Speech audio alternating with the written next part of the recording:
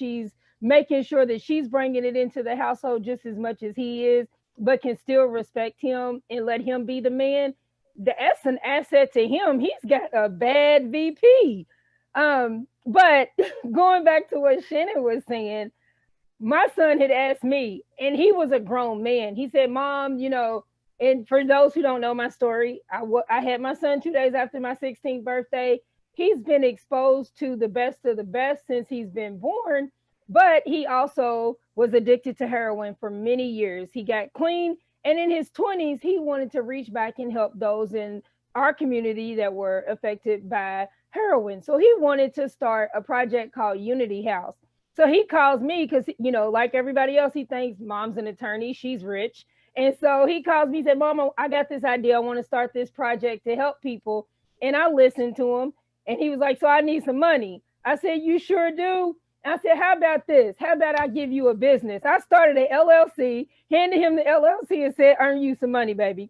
And then I told him on top of that, because it is a social entrepreneur effort, write a book. Write a book. Everything that you wrote in this book, all the income can go towards what you're trying to do. So actually, I gave him 2 businesses. And so he wrote the book, he published it, $20. Everything that, if anybody buys it, it goes towards that effort. But he wasn't getting it out of my pocket, not because I didn't have it, which I don't know if I did at the time or not, but it was because he needed to learn that it's not a handout.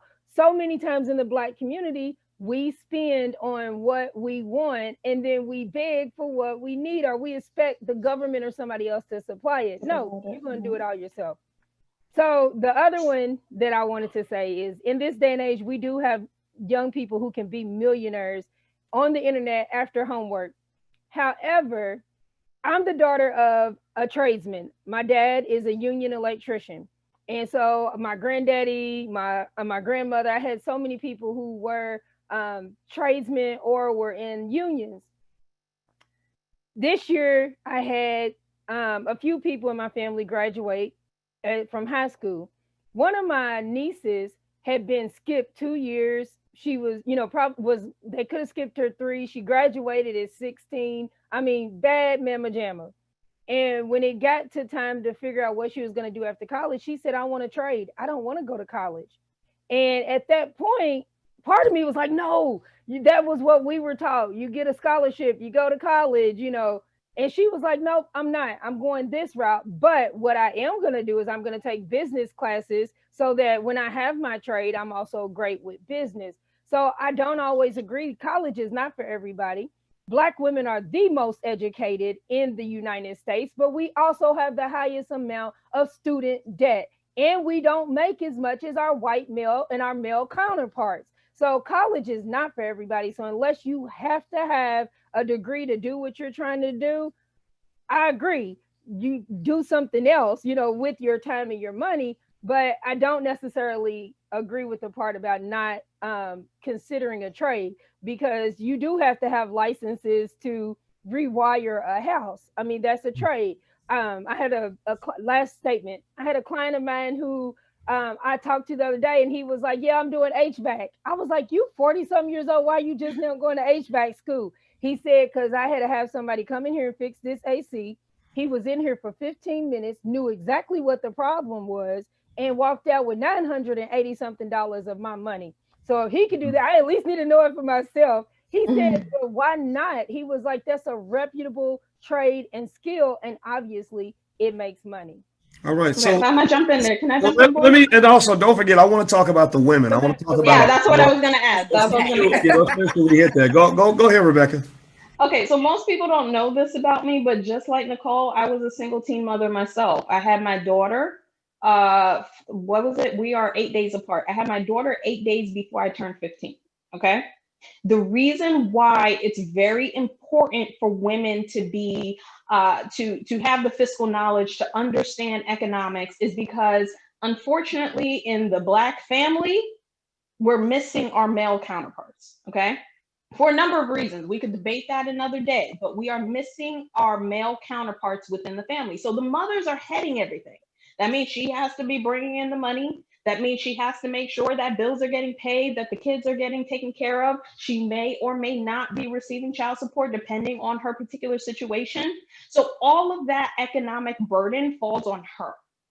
So if a woman is able to create her own money, to be a good stewardess over her kids' money, over the child support, if she is able to instill that in her kids, okay?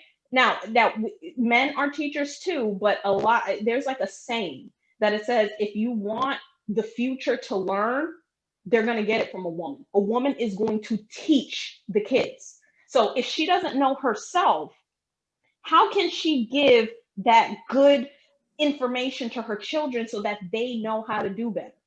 Okay? So this is the reason why it's important for women to have this education, because she's going to pass this on to her kids. Whatever she's doing, she's going to let them know, hey, baby, this is how life was for me. I don't want this to happen to you. So I'm giving you the stories. And again, I'm not saying that the fathers don't, but I am saying that the women are more likely to do that. So that's the reason why I feel that it's important that women understand finances, know how to manage finances, and be able to pass that information on to her children. It's not even single moms. This day and age, it's grandmas. This generation, I have so many of my counterparts, including me, who are raising their grandkids too, alone. Well, you know, for those who are not aware, October is Domestic Family Violence Awareness Month. And another reason why a woman should be fiscally educated is because you do not want someone to be able to economically abuse you. And I remember starting my legal career in family violence 6 months after I was, 2 weeks after I got married, I started working at aid to victims of domestic abuse. After 6 months into my marriage, I realized I was married to the same type of person. And I remember the first thing that he tried to do to me was, and he was very, free with his money. This was how he, wooed me in. But the first thing he tried to do when I decided that this was no longer working for me was he locked down all the accounts. Now, at the time, I was job dependent at the time. So I had a job. So I'm like, okay, you got it, but I get another check in 2 weeks. And I remember when I got married, I told my sister, I didn't want to think about the bills. I didn't want to, I got a husband. He want to do that, then he can handle that. My sister said, are you crazy? You can never do that. You have to know every single thing that's going on. Even if you allocate different duties differently amongst spouses, you want to be aware of the money that's coming into your house and the money that's going out of your house for a situation like that. Because as my grandmother always said, mad day is always going to come. Mad day is coming. And you don't want to be in a predicament where you're having to rebuild from nothing and try to figure out what is going on and not even aware. You can't go to your divorce attorney with any financials. You don't know what he's making. You don't know what accounts going. You have no clue. So you're in a very bad position to help yourself. Boys, I really hope that one of these days you do a sort of something like this, but talking about Black love relationships and talking about these issues, because this is something that I'm consistently seeing. I'm a single woman, and I'm consistently seeing these issues being talked about within the Black community. We have a lot of distrust between one another, men and women dating, trying to get to the altar, if we could even do that. And I feel like this is something that we all, collectively need to sit down and talk about some things, because this is a problem. This is a problem just for the Black family standpoint. This is a problem. Mm-hmm. Yeah, I'll tell you that I became really sensitive to that actually when I wrote a book a long time ago called Financial Lovemaking. I have that book. And, oh, you have that book? I have that book. I have that book. Yeah. Well, I apologize for any ridiculous things I might have said in the book. It was written a long time ago. But when I did my research in that book, I was really fascinated by the stories I heard, from women, just the terrible things that happen financially. I remember talking to one lady who told me that she used to live next door to Bob Costas, the NBC guy. So she was loaded. They had a lot of money.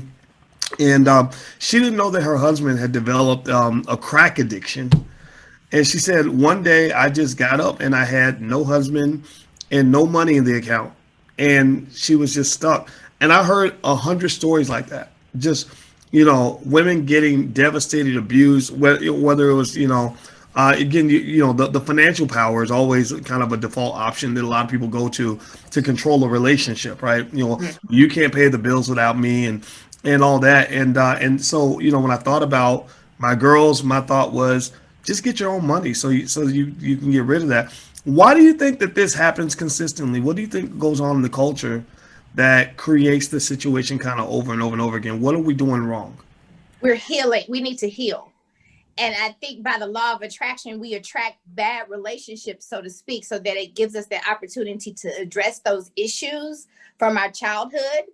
And so for me, it has been this healing journey. And I can always tell when I heal something within myself and the relationships around me, how they show up, how my healing shows up back at me.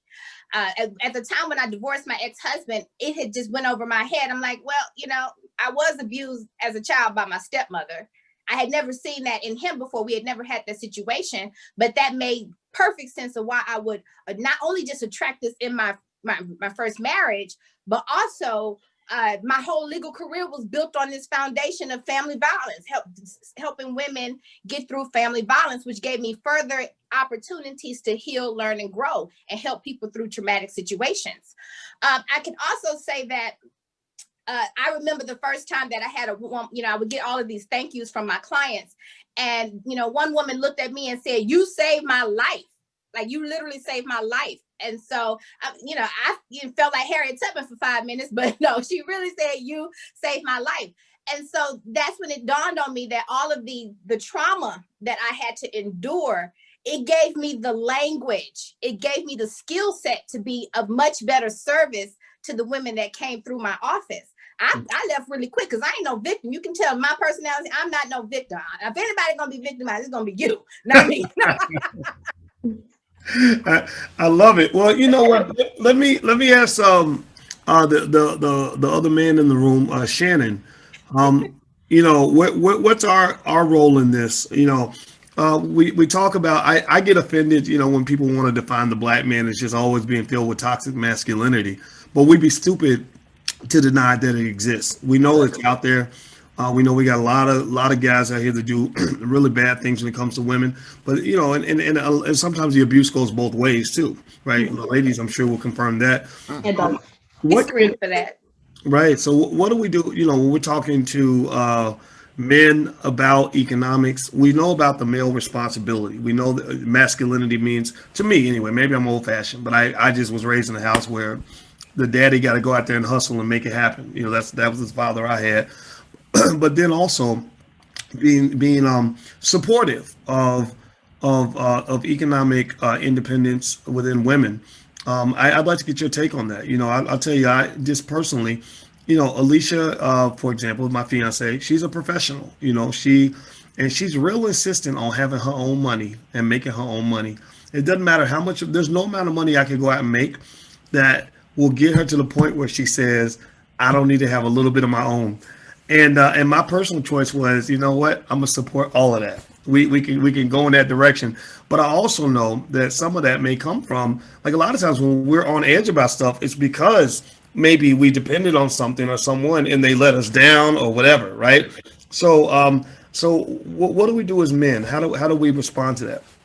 Well, I mean, I think, as a minister first, I think I'm responsible for marrying people. And as I marry people, I'm always conscious of the fact that 45% of all marriages that end in divorce, it's financial driven. Mm-hmm. And so, I think if I told you could fix 45% of failures in anything, you would be like, yeah, put me up on that. But I also think it's about accountability. I think when you start evaluating the idea of finances, I view a marriage as on its base as a company with a CFO, a CEO, a COO. Rebecca said about, the women being the teacher. There's no greater truth than that. I think I impart principles. My wife imparts implementation. And so I think as we start evaluating it from that standpoint and you start talking about support, my wife, I work a day-to-day job at a credit union. I run a for-profit business. I run a nonprofit business. but my wife also runs a notary business. My wife also runs a Mary Kay business. You know, so that idea of entrepreneurship is alive, well, and present in our household. You know, we share a home office, and that's kind of, this is her half over there. So if you're looking at this is like Mary Kay stuff over on that side.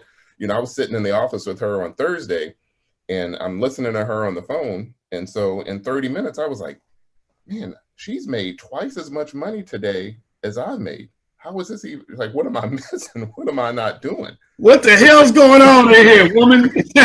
So it comes up to a point where we have to be transparent about everything, about our fears, about our concerns, because everybody has money concerns. I mean, I think the bond between you and I, boys, is so tight because when we first met, it was at an extremely tough point in my life. I had been laid off from my job. My mom had cancer, so I'm dealing with, you know, that the running out of money on that end, dealing with my mom being sick on this end. And it was, you know, that support that she got. And then me being able to be transparent with her to say, hey, look, I'm worried about this. I'm worried about the fact that, you know, though we had a year's worth of savings, that we haven't paid our mortgage in 8 months. Now, thank God I'm versed in that stuff where, you know, I'm able to kind of deal with those matters. But it was that support of her saying, hey, look, I got, you know, I can help out with this. You know, I understand your role and what you're called to do, but let me show you how I can support in these efforts.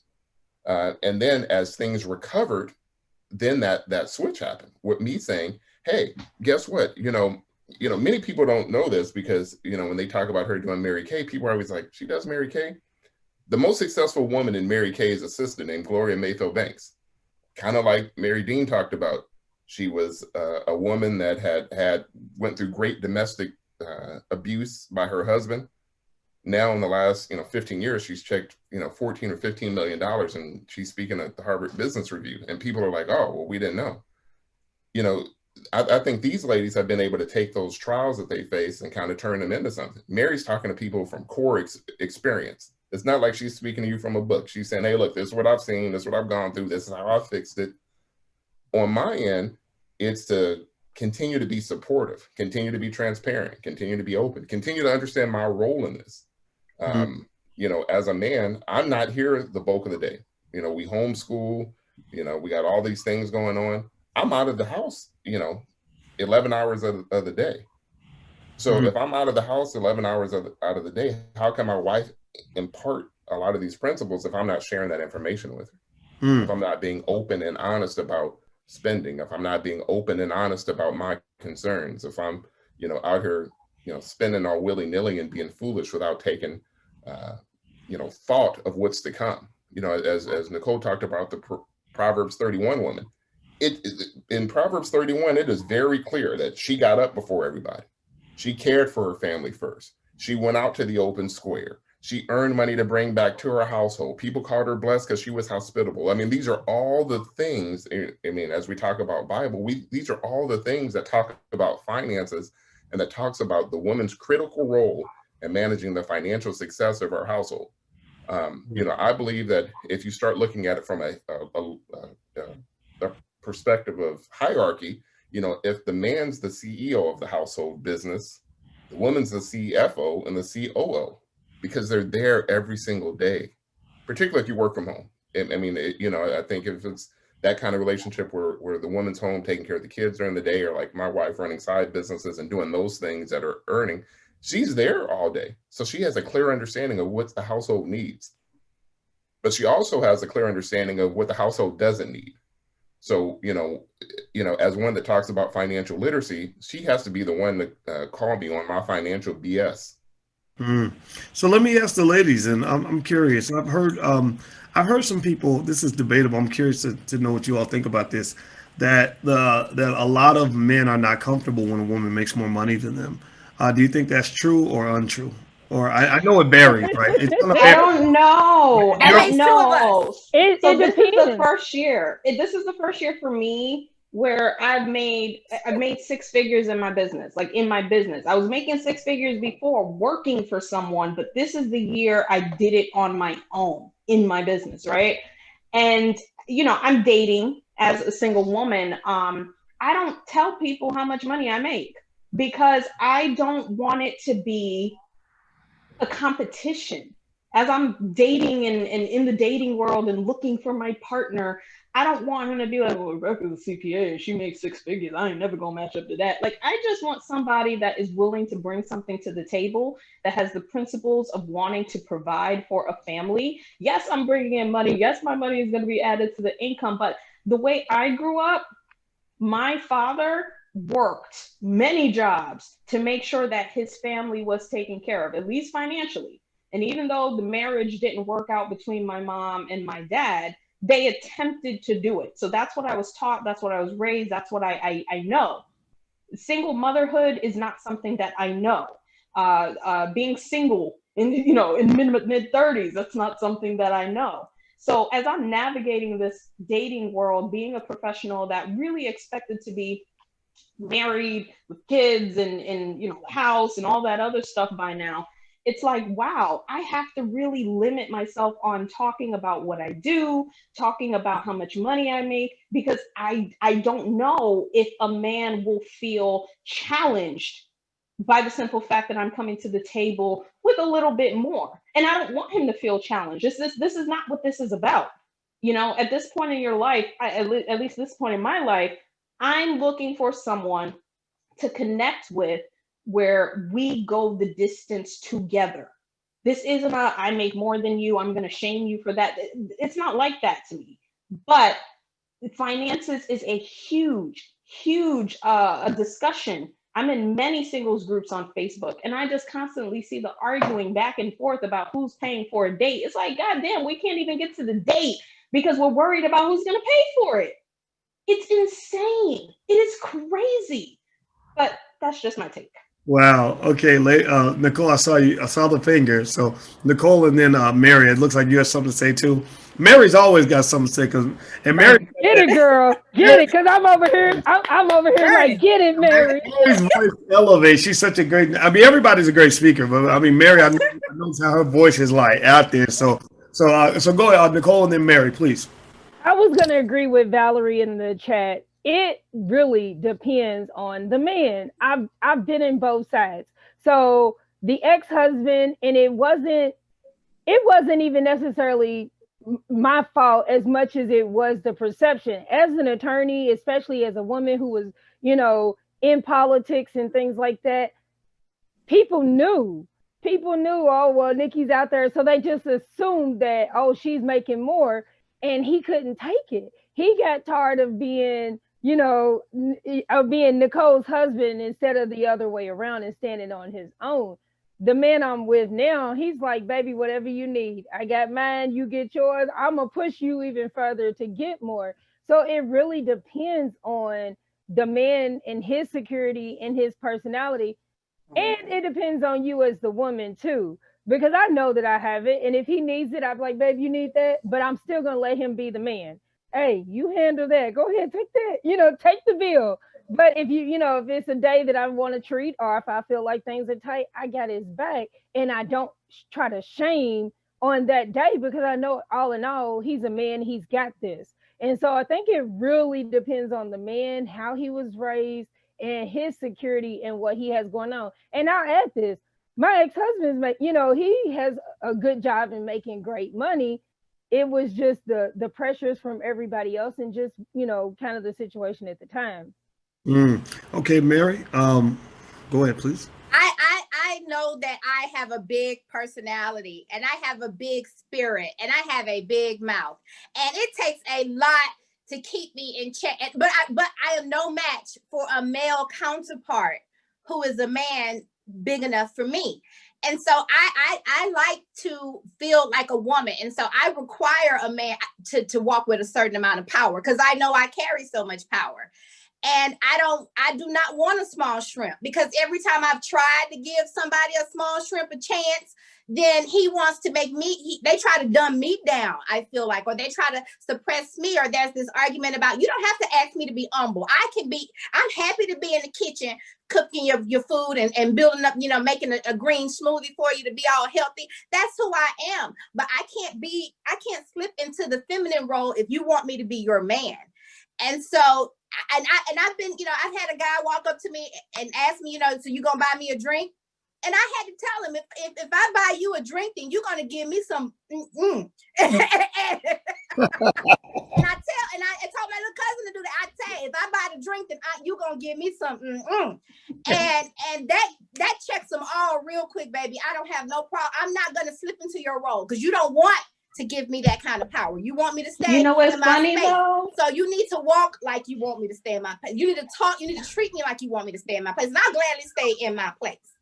The running joke, listen, the running joke in the dating groups is exactly what she just said. And sorry to say it again, I'm not trying to act like I'm the youngest here because I really don't know who is, but it seems that the younger people are kind of wanting that too. Like the younger men, they're like, I want a woman to pay for my meal for the first day. I paid for first dates before, and then you know what's happened? And they gave up. You know, oh no, but listen, no. See, this is my thing. I'll pay for the first date, and then they're asking to come back to my house afterwards. I don't roll like that. If I'm gonna be that type of woman that's gonna treat you for our first date, I'm expecting you to show me something back. I'm not trying to roll in the sack with anybody. You understand what I'm saying? And Marie, I really feel like I love the fact that you said that, where you're saying, well, if I pay for the date, you're giving up some stuff. But I'm telling you, it's like the people that I'm seeing nowadays, the gentlemen, the men that are out here single nowadays, that's kind of what they want. They're looking for that woman that's going to pay for everything and giving it up at the end of the night, and no commitment type of relationship. And it's like, wow. That's why, you know what I mean? And that's why I've been mentoring my little cousin. She's 23, and and I told her that joke for a reason. If he asks you to do that, then this is what your response is going to be. Men show up the way that we receive it. They trying to get to you. You're the prize. If you allow these men to give you the okie doke, then that's what you're gonna get, honey. I am not playing that. Well, that's a good point you make. One of the things I firmly believe in is that you teach people how to treat you. If I go into it's like if I go into a store and I'm thinking I'm in the Gucci store or in Bloomingdale's, and I'm prepared to spend $500 on an outfit, but then you say, no, you're not in Bloomingdale's, you're in Walmart. Everything here is, less than $30. Well, that's going to completely shift my behavior. That's going to completely shift what I'm willing to pay to receive what I want. And I've seen that in real time, where even when I was single, I remember I meet a woman. I'm thinking I'm in Bloomingdale's. I'm thinking about all the things I need to do to earn her affection, and everyth's handed to me very quickly. And it's like, well, that was too easy. You don't even know. You just kind of played yourself just now.